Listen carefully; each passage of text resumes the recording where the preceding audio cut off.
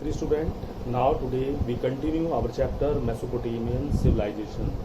We understand that in current era Mesopotamia in Iraq and some part of Mesopotamia on those time near the Syria, Turkey and northern Saudi Arabia. So there are two famous rivers, Tigris and Euphrates, in Mesopotamia, and the meaning of Mesopotamia is Mesos means between and Potamia means river in the Greek language. So the meaning of Mesopotamia, the part between two rivers. Mesopotamia is the oldest civilization of the world, and before the 4000 BCE the peoples live together and do some work like agriculture, animal rearing and trade with other civilization on those time. यहाँ हमें ये जानना जरूरी है कि Mesopotamia की सभ्यता आज से लगभग 6000 साल पुरानी है और इस सभ्यता ने दुनिया को बहुत कुछ ज्ञान दिया है। यहाँ 3 डायनेस्टीज ने शासन किया है। सबसे पहले सुमेरियन, फिर अकेडियन और उसके बाद आते हैं असीरियाई, यानी 3 डायनेस्टीज यहाँ पर शासन किए हुए हैं। इनमें जो बाद की 2 डायनेस्टीज हैं, अकेडियन और आपका असीरियन, इन दोनों डायनेस्टी से ही बाद में उत्पन्न आगे बढ़े हुए हैं, यानी यहूदी और जो इस्लाम को मानने वाले लोग हैं। लेकिन सुमेरियन जो थे, सबसे पहली डायनेस्टी जिसने शासन किया था, उसका यहूदियों या आप कहें मुस्लिम से कोई रिलेशन नहीं था। इनका रिलेशन था जो सुमेरियन थे, इनका रिलेशन था आर्यों से। और आज भी जो इंग्लैंड और जर्मनी में जो प्रजातियां मिलती हैं मनुष्य की, उनके पूर्वज ऐसा माना जाता है कि वो मेसोपोटामिया के रहे होंगे। तो यहाँ हमने जाना मेसोपोटामिया कहाँ पर है, यहाँ हमने जाना मेसोपोटामिया की सभ्यता कितनी पुरानी है। एक वर्ड आता है सिविलाइजेशन। इसका अर्थ होता है कि जब मनुष्य ने जंगलों को छोड़कर बस्तियां बनाकर एक जगह रहना शुरू किया। और आप देखिए विश्व की जितनी भी सभ्यताएं हुई हैं, यानी मनुष्य ने जब एक जगह अपनी बस्तियां बनाकर रहना शुरू किया है, खेती बाड़ी की है या व्यापार किया है, तो हम पाते हैं कि वो सब नदियों के किनारे पर ही किया है। चाहे Indus valley civilisation of India हो, चाहे इजिप्टियन सिविलाइजेशन हो, चाहे अमेरिका की आपकी इंका और माया सभ्यता हो, इन सब का अस्तित्व नदी के आसपास ही हुआ है। अब हम अगली बात करेंगे, मेसोपोटामिया ने विश्व को क्या नई चीज दी। मेसोपोटामिया ने 4 नई चीजें दी हैं। एक मैथमेटिक्स, दूसरा राइटिंग, तीसरा जुगुर्त जिसको हम टेम्पल कहते हैं, जुगुर्त, और चौथा एस्ट्रोनॉमी में, यानी उन्होंने काल की गणना की थी, समय की गणना की थी। जैसे 24 आवर्स में हम दिन को बांटते हैं, वो ये गणना सबसे पहले मेसोपोटामिया के लोगों ने कर दी थी। उन्होंने पंचांग भी बनाया था। उन्होंने पूरे आकाश को 12 हिस्सों में बांटा था, 12 उसको पार्ट किए थे। जैसे कि भारत में आप देखते हैं 12 राशियां होती हैं, नाम के अनुसार राशियां होती हैं। ऐसा मेसोपोटामिया के लोगों ने आज से 6000 साल पहले कर दिखाया था।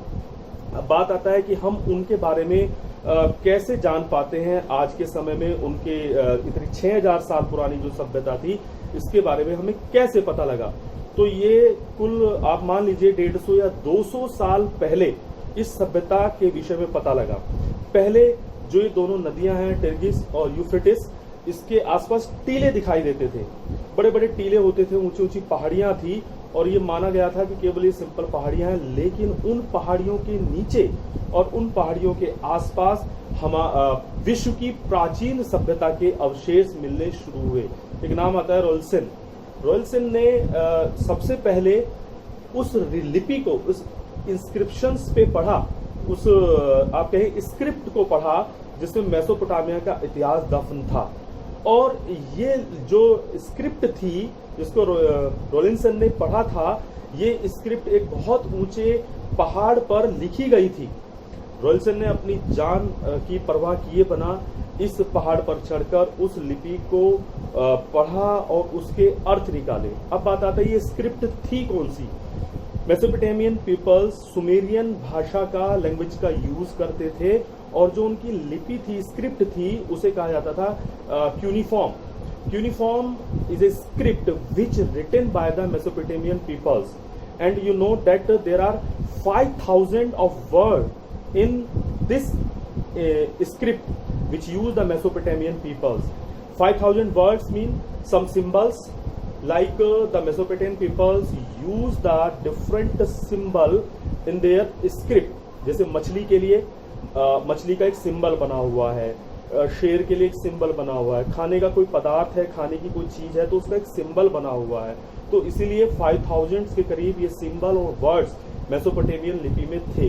अब ये how to write the Mesopotamian peoples the script, तो ये एक वेट सॉइल की एक पट्टी बनाई जाती थी और उसको गीली मिट्टी पर एक बारीक मेटल के पेन नुमा एक सुई से उसके ऊपर सिंबल्स बनाए जाते थे और उन सिंबल्स को बनने के बाद द टैबलेट ऑफ सॉइल उसको क्या करते थे, उसको आग में पका देते थे ताकि वो आने वाले समय तक ऐसे ही बनी रहे. ऐसी स्क्रिप्ट हमें मेसोपोटामिया से मिली है. And why they use the different writing script and use the symbols, क्यों करते थे? तो जैसे ही मैथमेटिक्स का उन्होंने यूज करना शुरू किया या ट्रेड करना शुरू किया, तभी से उन्होंने स्क्रिप्ट के द्वारा सारा रिकॉर्ड कलेक्शन करना शुरू कर दिया था. तो इसलिए राइटिंग की एक जरूरत हुई और उस स्क्रिप्ट को भविष्य में संभाल कर रखने की जरूरत हुई. यहां से क्यूनिफॉर्म स्क्रिप्ट की शुरुआत होती है मेसोपोटामिया में. दूसरी बात आती है, मेसोपोटामिया के एक बहुत फेमस किंग हुए हैं हम्मुराबी. हम्मुराबी ने एक कोड ऑफ कंडक्ट बनाया था. उनका मानना था कि जब जो एक कल्चर, एक सोसाइटी जो रह रही है, एक कल्चर को फॉलो कर रही है, तो उनके लिए नियम और कानून, रूल्स एंड रेगुलेशन होना बेहद जरूरी है. तो इसलिए हम्मुराबी ने एक कोड ऑफ कंडक्ट बनाया था और उस कोड ऑफ कंडक्ट में ये सारी बातें लिखी हुई थी कि किस प्रकार मेसोपोटामियंस के लोगों को आचार व्यवहार करना है और किस प्रकार रहना है. उन नियमों जो हम्मुराबी ने लिखे थे वो भी हमें इंस्क्रिप्शंस के रूप में पत्थर पर खुदे हुए हमें मिलते हैं. इंस्क्रिप्शन आप जानते हैं स्टोन के ऊपर, पत्थरों पर खोद कर लिखना, वो वही लिखा गया था जैसे क्यूनिफॉर्म स्क्रिप्ट में लिखा जाता था. तो ये बात हुई, हम्मुराबी की बात हुई. अब हम बात करते हैं, क्या मेसोपोटामिया में कोई देवता था, मंदिर था या किसी प्राचीन कहे प्राकृतिक वस्तुओं की वो पूजा करते थे? तो that it is clear that we found in Mesopotamia the ziggurat. Ziggurat also known the temple, the goddess temple on the hilly area. एक पहाड़ी पर, पहाड़ी क्षेत्र पर एक जिगुरत बनाया जाता था. The structure of ziggurat like the pyramid. The base उसका थोड़ा चौड़ा होता था और उसके बाद फिर अपर तक जाते जाते वो पिरामिड की शक्ल ले लेता था.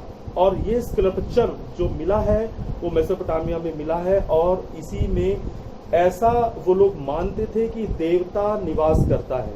यानी ziggurat is the place where the goddess and god lie. कुछ देवताओं के नाम मिले हैं जैसे इन्नान. इन्नान वो युद्ध की देवी को कहा करते थे, इन्नान. जैसे चंद्रमा और पवन यानी वायु देवता का भी जिक्र हुआ है जिनकी वो पूजा करते थे. इसलिए माना जाता है सुमेरियन जो थे वो आर्यों के ही वंशज रहे होंगे और जिनका जो फैलाव हुआ वो दुनिया के अलग अलग हिस्सों में भी हुआ. यानी वो इंग्लैंड पहुंचे, फिर जर्मनी पहुंचे और शायद वहीं से भारत की ओर भी रुख किया होगा, क्योंकि भारत की जो इंडस वैली सिविलाइजेशन है उसमें बहुत सारी जो सिमिलैरिटीज हैं वो मेसोपोटामियन सिविलाइजेशन से मिलती जुलती हैं. दोनों अपने समय की विकसित डेवलप्ड सिविलाइजेशन थी. अब कैसे पता लगता है कि मेसोपोटामियन पीपल्स इंडस वैली आते थे या इंडस वैली के लोग मेसोपोटामिया जाते थे? तो इन दोनों जगह पर खुदाई में सील मिली है, स्टैम्प, और वो स्टैम्प इस बात को प्रूव करती है. कुछ मोहरे मिली हैं, कॉइन्स मिले हैं, मिट्टी के कॉइन्स मिले हैं जो मेसोपोटामिया में यूज होते थे और जिनको इंडस वैली में मिले हैं, या इंडस वैली में यूज होते थे और वो मेसोपोटामिया में मिले हैं. तो ये रिलेशन को जनरेट करती है. ऐसा माना जाता है कि मेसोपोटामियन पीपल्स ट्रेड करते थे विद इंडस वैली सिविलाइजेशन के लोगों के साथ. समुद्र मार्ग से भी और यानी सी रूट से भी और आपका सड़क मार्ग से भी, स्थल मार्ग से भी दोनों के रिलेशन बने हुए थे। यहाँ हम एक चीज और बताना चाहेंगे कि ये सभ्यता का विनाश कैसे हुआ। इसका जो डिस्ट्रॉयजेशन है वो 600 BCE में हुआ, यानी आप देखिए 4000 BCE देन द 600 BCE, यानी इसके बीच में लगभग 3004 ईयर तक ये सिविलाइजेशन बनी रही और इन्होंने बहुत सारे नगरों का निर्माण किया। Cities, some cities are Uruk, Mari the famous city, and the Babylon, Babylon का नाम आपने सुना होगा। और विश्व के 7 जो आप कहें वंडर्स हैं, 7 आश्चर्य हैं, उनमें से एक है hanging garden of Babylon. Hanging garden का निर्माण लगभग 600 ईसा पूर्व 600 BCE में किया गया था और इसकी खास बात ये थी कि 2 पहाड़ियों के बीच में, 2 पहाड़ियां हैं, उनके बीच में मिट्टी से उसको भर दिया गया था और उसमें फिर छोटे छोटे जो है बगीचे और बाग और पौधे लगाए गए थे, इसलिए दूर से देखने में लगते थे 2 पहाड़ियों के बीच कि ये लटके हुए बाग और बगीचे हैं। तो हैंगिंग गार्डन जो ये गार्डन तैयार किया था, ये विश्व के 7 वंडर्स में से एक है। तो आज हमने कुछ बातें की मेसोपोटामिया के सिविलाइजेशन के लोगों के बारे में। कुछ और बातें अगर हम करें तो उसमें एक बात बहुत खास आती है कि उनके रहने सहने का, किस प्रकार से जीवन व्यतीत करने का साधन क्या था और किस प्रकार से वो रहते थे। देखिए, आश्चर्य इस बात पर है कि आज से 6000 year before the peoples who live in area of Mesopotamia follow the rules and regulations and use the modern technique on those time। उस समय की सबसे ज्यादा मॉडर्न टेक्निक को वो यूज किया करते थे। और यहाँ बताना बहुत जरूरी है कि व्हील यानी पहिए का सबसे पहले जो आविष्कार हुआ है, इन्वेंशन हुआ है, वो मेसोपोटामिया में ही हुआ है। और देखिए, मेसोपोटामिया से ही वो इन्वेंशन कहाँ पहुंचा है, भारत में पहुंचा था। इंडस वैली सिविलाइजेशन के लोग भी व्हील का यूज करना जान गए थे। व्हील ने पूरी जिंदगी को मेसोपोटामिया के लोगों को बदला, ताकि जिससे कि उनके जो पोट थे, उनके बर्तन थे, वो आकार लेने लगे। आज भी जो कुम्हार का चाक होता है, उसका यूज बर्तन बनाने के लिए कुम्हार करता है। गाड़ियों में जितने भी हैं वो पहिए का ही यूज होने लगा, होता ही है। लेकिन आप देखिए कि आज से लगभग 6000 साल पहले इसका आविष्कार मेसोपोटामियन लोगों ने कर दिया था। और भी बहुत सारी जानकारी हम मेसोपोटामियन सिविलाइजेशन की आगे लेंगे। अभी हमारा चैप्टर कंटिन्यू चल रहा है। Thank you very much, have a nice day.